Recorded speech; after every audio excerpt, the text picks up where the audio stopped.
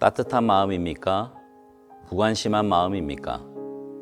로마서 8장 34절 27절 말씀. 그리스도 예수시니 그는 하나님 우편에 계신 자요 우리를 위해 간구하시는 자시니라. 성령이 하나님의 뜻대로 성도를 위해 간구하심이니라. 중보기도자가 되어야 할 필요에 대해 이보다 더 확실하게 보여주는 구절이 있습니까?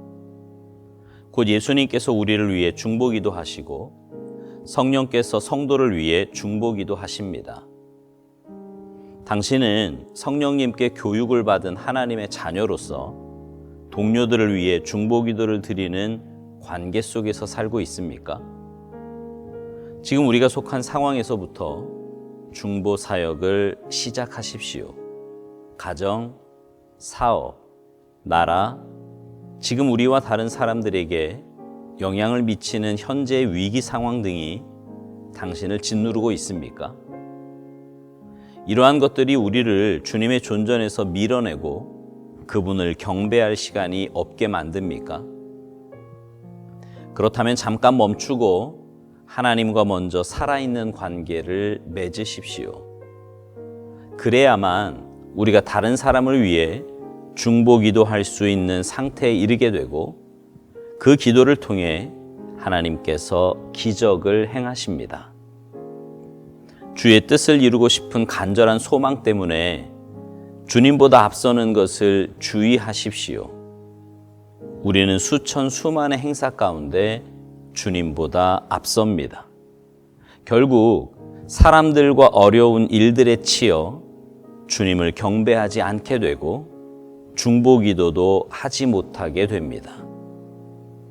만일 여러 짐들과 압박에 눌려 하나님을 경배하지 못하게 되면 서서히 우리 마음은 하나님을 향해 강팍해질 뿐 아니라 우리 영혼은 좌절합니다.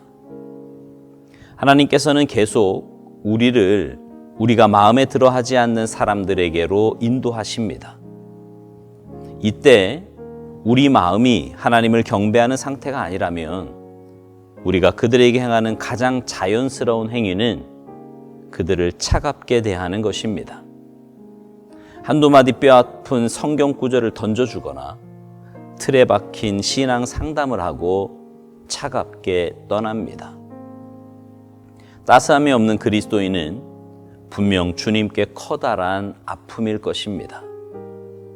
중보하시는 주님과 성령의 마음에 일치되어 있습니까?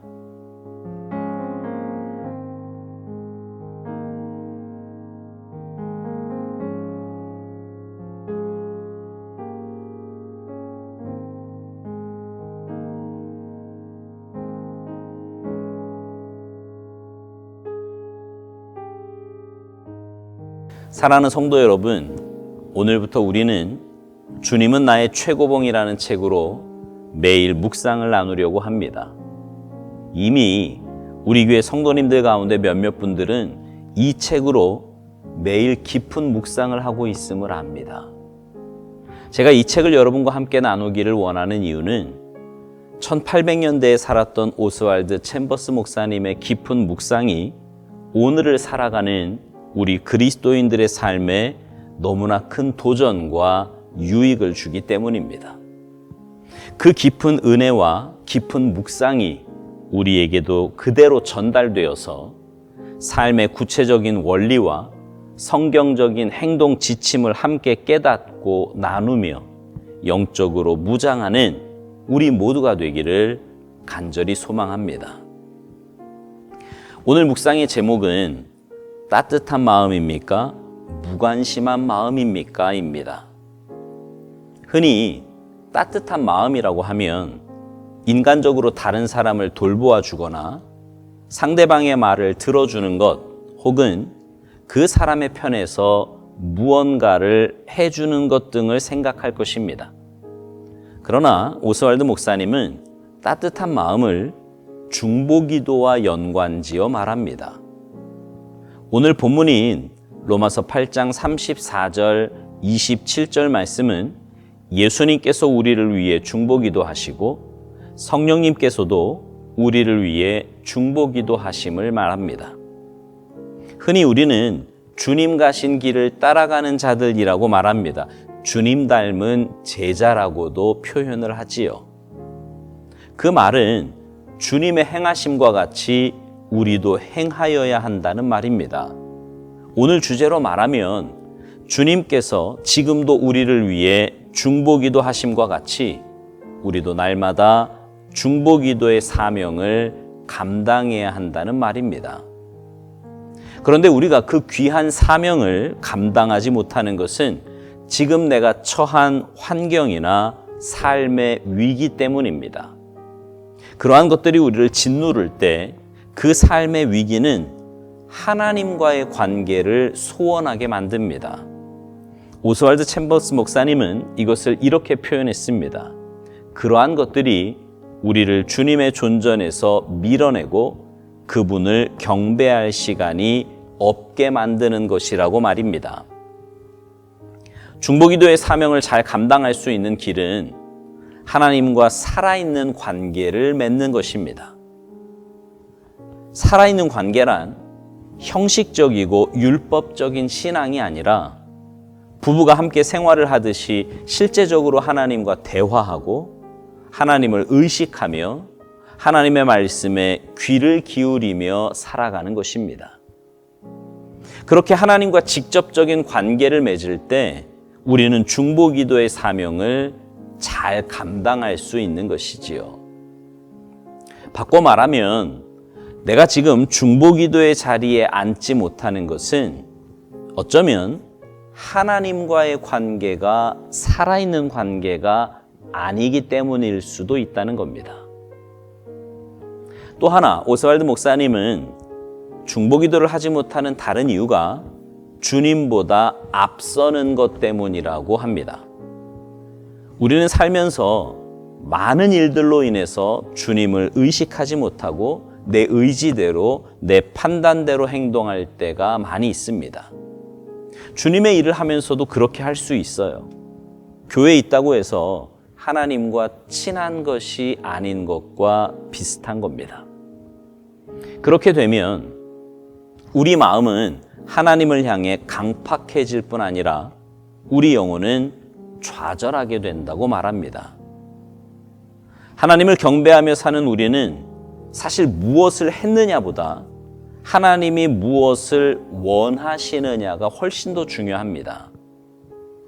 이루어 놓은 일보다 하나님을 향한 나의 마음, 사람을 대하는 나의 태도, 주어진 일에 대한 충성스러움 등 내 마음과 삶의 태도가 훨씬 더 중요합니다.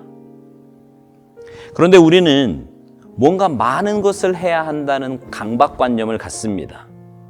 그것이 우리로 하여금 본질이신 하나님보다 비본질적인 일과 결과에 더 집중하게 됩니다. 그러다 보면 어느새 내 마음에 기쁨과 감사는 없고요.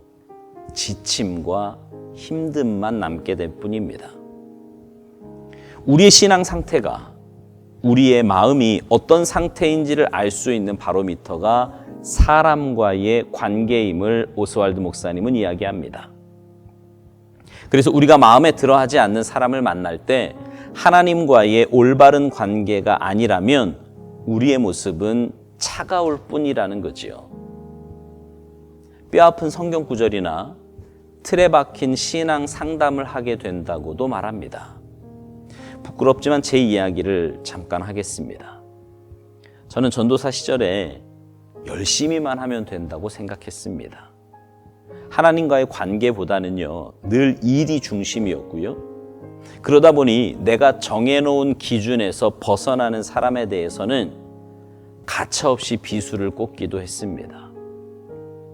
한 번은 교회 학교 교사 가운데 종종 지각하는 교사가 있었습니다. 그 교사는 나름대로 이유가 있었어요. 당시에는 주 6일째 근무였는데 월요일부터 토요일까지 과중한 업무에 시달리다가 주일 하루 늦잠을 잘 수 있었어요. 근데 그래도 자기 자신이 교회 학교 교사를 한다고 자기 딴에는 최선을 다해 오는 것이었습니다. 어느 주일 아침 그날도 그 교사는 늦게 왔습니다. 저는 그날 잠언에 있는 말씀, 성실하게 행하는 자는 구원을 받을 것이나 굽은 길로 행하는 자는 곧 넘어지리라 는 말로 교사 평가회를 시작했습니다. 그 교사는 그날 어두운 얼굴로 교회를 나갔고 한동안 방황하여 교회에 나오지 못했습니다. 하나님의 은혜로 다시 교회로 돌아왔지만 하마터면 한 영혼이 완전히 실족할 뻔한 일이어서 지금도 생각하면 얼굴이 화끈거리고 아찔한 생각이 듭니다. 다른 사람을 위해 중보 기도하지 못하는 것은 단순히 기도를 게을리하는 것이 아닙니다. 하나님과의 관계에 문제가 있는 거고요. 어쩌면 내 신앙이 병든 것일 수도 있습니다. 오스왈드 목사님은 중보 기도하지 않는 자를 따스함이 없는 그리스도인이다 이렇게 표현합니다. 그리고 그런 사람은 분명 주님께 커다란 아픔이라고요. 그러면서 마지막에 이렇게 우리에게 질문을 던집니다. 중보하시는 주님과 성령의 마음에 일치되어 있습니까? 여러분은 어떠십니까? 따뜻한 마음을 가지고 사십니까? 아니면 무관심한 마음을 가지고 사십니까? 우리를 위해 중보하시는 주님의 마음, 성령님의 마음과 일치되어 있습니까? 아니면 여전히 내가 주인이 되어서 내 마음대로 사십니까? 바라기는 우리 모두가 중보기도의 사명을 잘 감당하는 그리스도인들이 되기를 간절히 소망합니다. 그래서 여러분의 그 따뜻한 마음과 그 중보기도가 사람을 살리고 공동체를 바로 세우는 복된 삶이 되시기를 주님의 이름으로 축복합니다. 아멘.